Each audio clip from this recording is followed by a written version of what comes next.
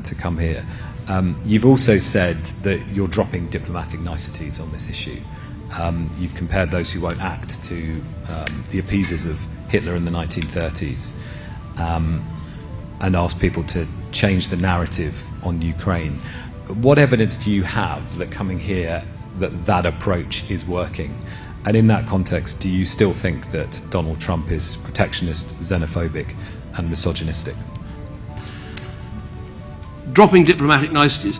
In many ways, what I meant by that was, instead of sort of speaking in diplo speak when I addressed this issue of how we help Ukraine, I can get very emotional about it.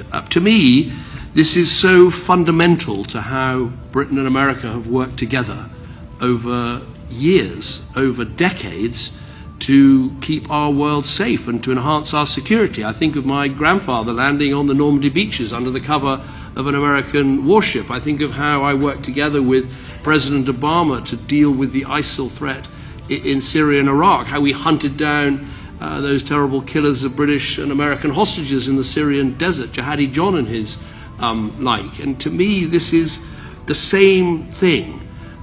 We face a huge threat from an aggressive Putin taking other countries' territory by force. And it is so important that we stick together.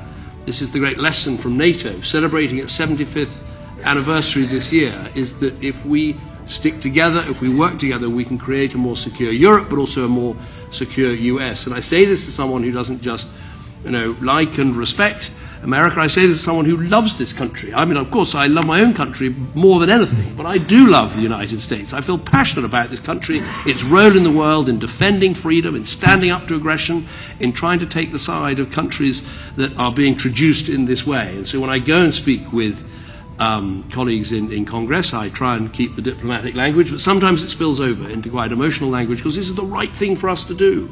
And future generations are going to look back at us and say, did we do enough when this country was invaded by a dictator trying to redraw boundaries by force? Did we learn the lessons from history? Did we do enough? And I'm passionate that we're not going to be found wanting. So that's why I sometimes drop the diplomatic niceties.